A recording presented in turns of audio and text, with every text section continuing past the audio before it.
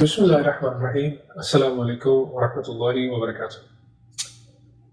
سورہ بقرہ کی آیت نمبر 155 کے اندر اللہ پاک فرماتے ہیں اعوذ باللہ من الشیطان الرجیم وَلَنَبْلُوَنَّكُمْ بِشَيْءٍ مِّنَ الْخَوْفِ وَالْجُوعِ وَنَقْصٍ مِّنَ الْأَمْوَالِ وَالْأَنفُسِ وَالثَّمَرَاتِ وَبَشِّرِ الصَّابِرِينَ۔ اللہ پاک فرماتے ہیں اے انسانوں، کسی بھول میں نہ رہنا، میں نے تمہیں زمین پہ بھیجا ہے امتحانات کے لیے تاکہ میں تمہیں آزما سکوں۔ قرآن میں بارہا جگہ پہ انسان کو یاد دلوایا گیا ہے کہ اے انسان، غفلت میں نہ پڑ جانا، یاد رکھنا ہم تمہیں آزمائیں گے۔ آزمائش کی سب سے پہلی جو چیز ہے وہ یہ ہے خوف۔ آزمائش کی جو سب سے پہلی چیز ہے وہ ہے خوف۔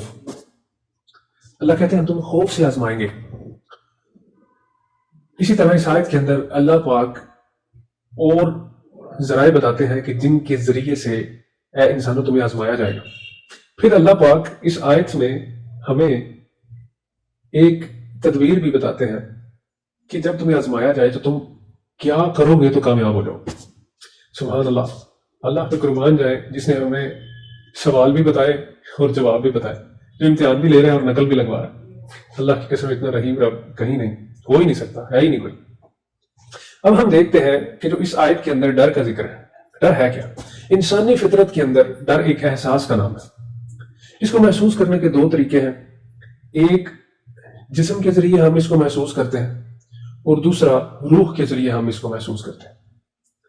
اب اس کی دو اقسام ہیں، ایک وہ ڈر جو روح کی طرف سے محسوس کیا جاتا ہے، ایک وہ ڈر جو جسم کے ذریعے محسوس کیا جاتا ہے۔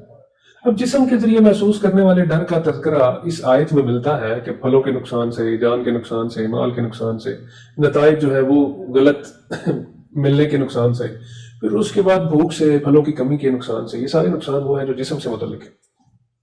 لیکن اب جو روحانی ڈر ہے ان کی جو اقسام ہے ان پہ غور کرنا نہایت ضروری ہے۔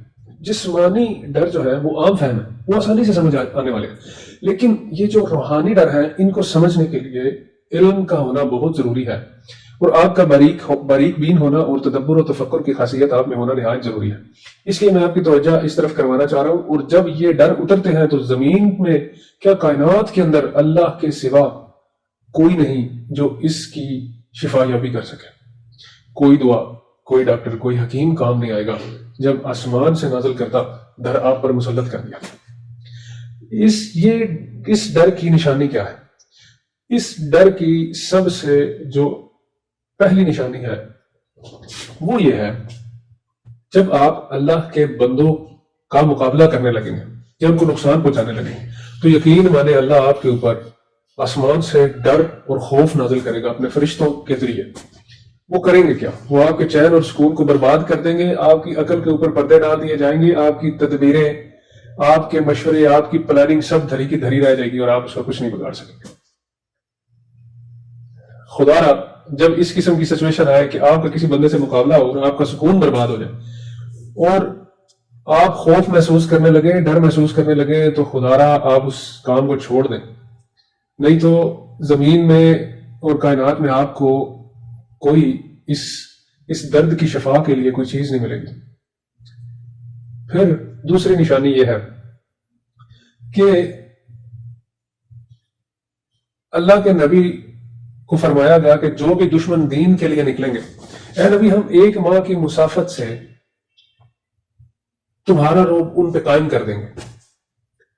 تو یہ بھی تقریباً ملتی جلتی چیز ہے، لیکن جب بھی آپ سمجھیں کہ آپ کے اوپر یہ خوف یا یہ تاریخ، تو سوچیں کہ کیا آپ اللہ کے دین کے خلاف تو نہیں کھڑے ہوں گے۔ ایک تھا اللہ کے بندے کے خلاف کھڑا ہونا، ایک تھا اللہ کے دین کے خلاف کھڑے ہو جانا۔ یہ دو مختلف سٹیجز ہیں، ان کے اوپر جو انٹینسٹی ہوتی ہے ڈر کی، جو شدت ہوتی ہے ڈر کی، وہ مختلف ہوتی ہے۔ لیکن یاد رکھیے گا سورہ کاف کے اندر اللہ فرماتے ہیں کہ جب وہ ان غار والوں نے ہم سے پناہ مانگی، ہم نے انہیں پناہ ہی نہیں دی، بلکہ ڈر اور خوف اور ان کا رعب اتنا ہم نے رکھ دیا کہ کوئی چیز ان کے قریب جا ہی نہیں سکتی تھی۔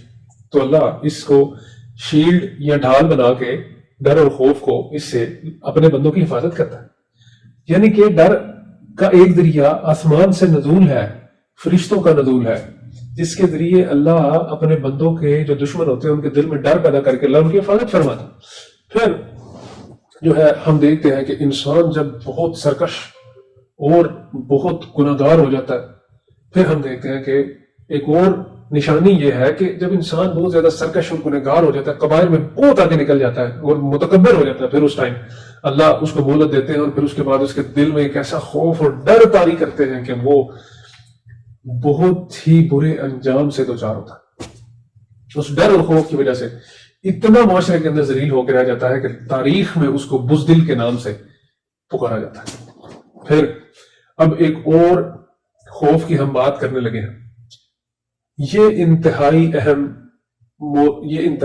اہم ڈر ہے جس کی نشانیاں ہمیں پتہ ہونی چاہیے، نہیں تو ہم شیطان کے ہاتھوں کا کھلونا بن جائیں گے۔ وہ یہ ہے کہ شیطان وسوسے ڈالتا ہے انسان کے دل کے اندر۔ وہ وسوسہ کیا ہوتا ہے؟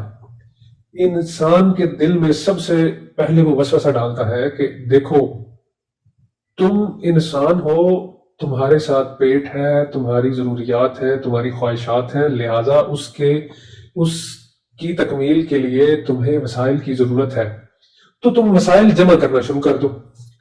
پھر انسان کو وہ اس حد تک لے جاتا ہے کہ وہ اس آیت کا کفر کرنا شروع کر دیتا ہے کہ الہاکم التکاثر حتی زرتم المقابر، زیادتی کی چاہت میں وہ پڑ جاتا ہے۔ پھر جب وہ زیادتی کی چاہت میں پڑ جاتا ہے تو اللہ کا قرآن کہتا ہے کہ وہ قبر تک پہنچ جاتا ہے اور اس کو سمجھ ہی نہیں آتی، اس کی خواہشات دھری کی دھری رہ جاتی ہیں اور وہ قربت کے ڈر سے زیادتی کی چاہت میں آ جاتا ہے۔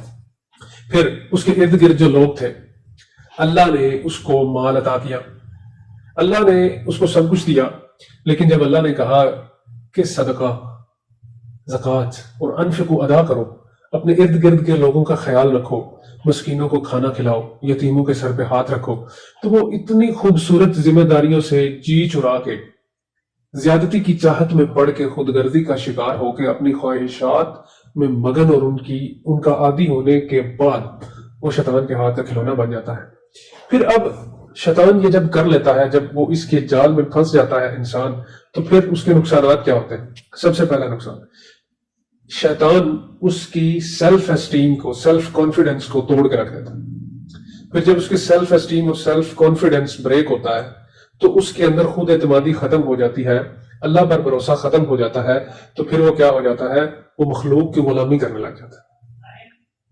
وہ اس ڈر سے اللہ کی نافرمانی شروع کر دیتا ہے کہ مخلوق اس کو نقصان پہنچائے گی، حالانکہ اللہ کے ڈر سے مخلوق کے لیے بھلائی کرنا اور مخلوق کو برے کاموں سے روکنا اس کا کام تھا، لیکن کیا ہوتا ہے؟ وہ اس کے الٹ چلنے لگ جاتا ہے۔ پھر اس کا سب سے بڑا نقصان یہ ہوتا ہے کہ وہ مال کی محبت میں اتنا گرفتار ہو جاتا ہے کہ اس کی عقل پہ پردے ڈال دیے جاتے ہیں۔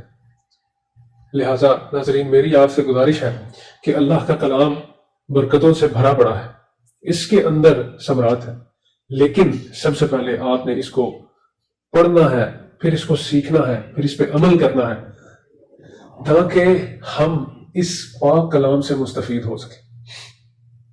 ہم نے یہ روحانی ڈر کی ساری نشانیاں تو دیکھ لی، لیکن سورہ بقرہ کی آیت نمبر 155 کے اندر اللہ پاک ایک حل بھی بتاتے ہیں کہ جب میں تم سے یہ آزمائش کر رہا ہوں تو تم لوگوں نے کرنا کیا ہے؟ ہم نے صبر کرنا سیکھنا ہے۔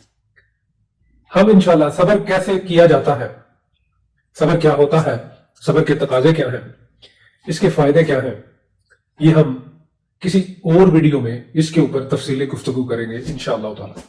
لیکن ابھی کے لیے اللہ کے نبی نے کہا کہ جب تمہیں ڈر اور خوف محسوس ہو تو تم لا الہ الا اللہ کو پڑھا کرو، اور پھر جب تم شیطان کے وسوسے کو محسوس کرو تو پھر تم اعوذ باللہ من الشیطان الرجیم، اس رب کائنات کی پناہ مانگا کرو، اس شیطان مردود سے کہ جس کو اسی نے ہی یہ اختیار دیے ہیں تمہیں بہکانے کے، اور اسی نے ہی تمہیں یہ طریقہ سکھلایا ہے کہ اگر تم میری پناہ مانگ لو گے تو تمہیں ضرور پر ضرور پناہ دی جائے گی۔ لہٰذا ان دو نسخوں کو اپنی زندگی میں شامل کیجئے اور اپنی زندگی کو خوبصورت بنائیے۔ آج کے لیے اتنا ہی، حالانکہ اس موضوع کے اوپر بات کرنے کے لیے بہت کچھ تھا۔ ملتے ہیں اگلی ویڈیو میں۔ السلام علیکم ورحمۃ اللہ وبرکاتہ۔